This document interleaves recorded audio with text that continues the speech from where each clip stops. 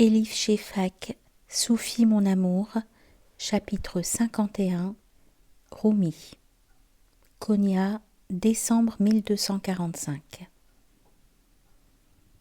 Bien décidés à faire la prière du matin ensemble dans la nature, Shams et moi avons quitté la maison peu après l'aube. Nous avons progressé un moment, conduisant nos chevaux par les prairies et les vallées, traversant les cours d'eau fraîche, jouissant de la brise sur nos visages. Les épouvantails dans les champs de blé nous accueillaient avec une grâce sinistre, et près des fermes à notre passage, des vêtements fraîchement lavés claquaient au vent, montrant toutes les directions à la fois dans la pénombre. Sur le chemin du retour, Shams tira sur les rênes de sa monture et me montra un grand chêne à l'orée de la ville. Nous nous assîmes tous deux sous l'arbre, le ciel virant au pourpre au-dessus de nos têtes. Shams étendit son manteau sur le sol, et quand l'appel à la prière retentit des minarets proches et lointains, nous priâmes ici, ensemble.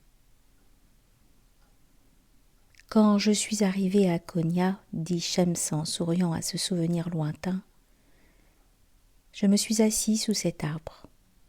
Un paysan m'a fait faire un bout de chemin sur sa carriole, raconta-t-il en devenant pensif. C'était un de tes grands admirateurs. Il m'a dit que tes sermons guérissaient la tristesse.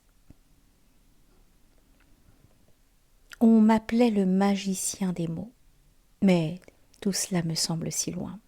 Je ne veux plus prononcer de sermons, j'ai le sentiment d'en avoir terminé. Tu es le magicien des mots, assura Shams, mais désormais, au lieu d'un cerveau prêcheur, tu as un cœur chantant. Je n'avais pas compris ce qu'il voulait dire, mais je ne lui ai pas posé de questions. L'aube avait effacé ce qui restait de la nuit, donnant au ciel une couleur orange sans tache. Très loin de nous, la ville s'éveillait, des corbeaux plongeaient dans les potagers pour s'emparer de tout ce qu'ils pouvaient voler, des portes grinçaient, des ânes braillaient, des poêles chauffaient, tandis que tout le monde se préparait pour une nouvelle journée. Partout, les gens luttent seuls pour s'accomplir, sans aucun guide pour savoir comment y parvenir, murmura Shams en secouant la tête. Tes mots les aident, et je ferai tout ce qui est en mon pouvoir pour t'aider toi. Je suis ton serviteur. Ne dis pas ça, protestai-je. Tu es mon ami. Sans tenir compte de mon objection, Shams continua. Mon seul souci, c'est la coquille dans laquelle tu vivais. En tant que célèbre prêcheur, tu as été entouré d'admirateurs flagorneurs. Mais connais-tu bien le petit peuple ? Les ivrognes, les mendiants, les voleurs, les prostituées, les joueurs, les plus inconsolables et les plus opprimés. Peux-tu aimer toutes les créatures de Dieu ? C'est un test difficile que très peu de gens sont capables de réussir. Il continua à parler. Je vis la gentillesse, l'intérêt pour les autres sur son visage, et quelque chose d'autre, un peu comme de la compassion maternelle. Tu as raison, avouai-je. J'ai eu une vie protégée. Je ne sais même pas comment vivent les gens ordinaires. Shams ramassa une poignée de terre et l'effrita entre ses doigts avant de dire doucement « Si on peut embrasser l'univers dans son ensemble, avec toutes ses différences, toutes ses contradictions, tout finit par se fondre en un. » Shams prit alors une branche morte et traça un large cercle autour du chêne. Puis il leva les bras vers le ciel comme s'il souhaitait être hissé par quelque corde invisible. Et il énonça les 99 noms de Dieu. Ce faisant, il se mit à tourner dans le cercle, d'abord lentement et tendrement, puis accélérant comme une brise de fin de soirée. Bientôt, il tournoyait à la vitesse et avec la force d'une bourrasque. Sa transe était si captivante que j'eus le sentiment que tout l'univers, la terre, les étoiles et la lune tournaient avec lui. En observant cette danse des plus inhabituelles, je laissais l'énergie dont elle rayonnait envelopper mon âme et mon corps.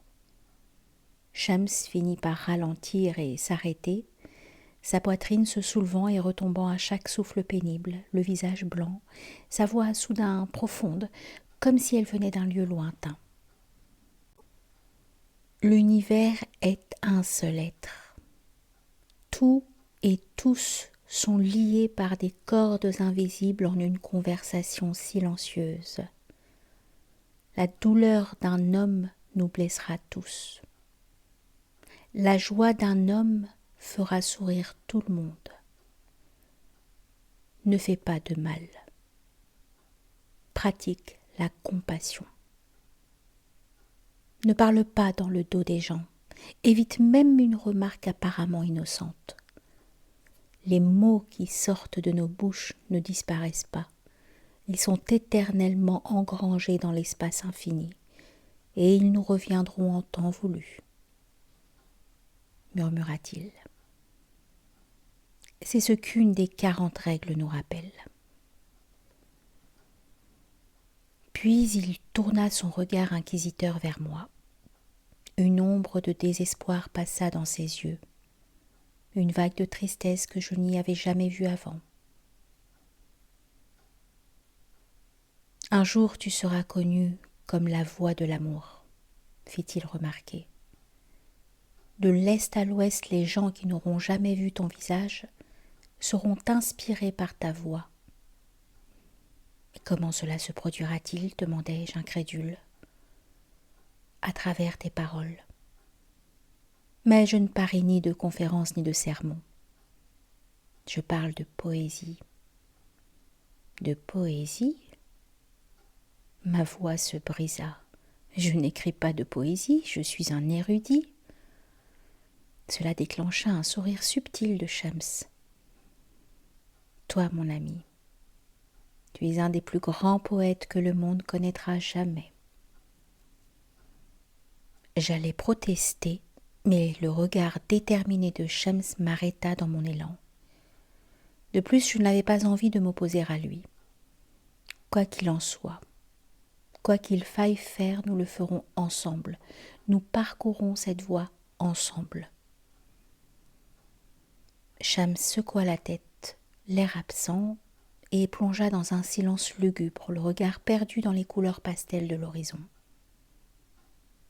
Quand il reprit enfin la parole, il prononça ces mots inquiétants qui jamais ne me quittent, qui effraient toujours mon âme. J'ai beau souhaiter me joindre à toi, je crains que tu ne doives le faire seul. Que veux-tu dire ? Où vas-tu ? Ce n'est pas entre mes mains, répondit Shams avec une moue nostalgique, les yeux baissés.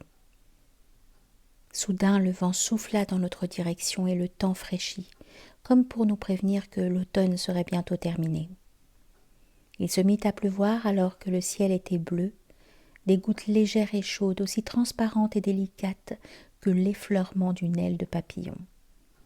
Et pour la première fois, l'idée que Shams pourrait me quitter m'assaillit comme une violente douleur en pleine poitrine.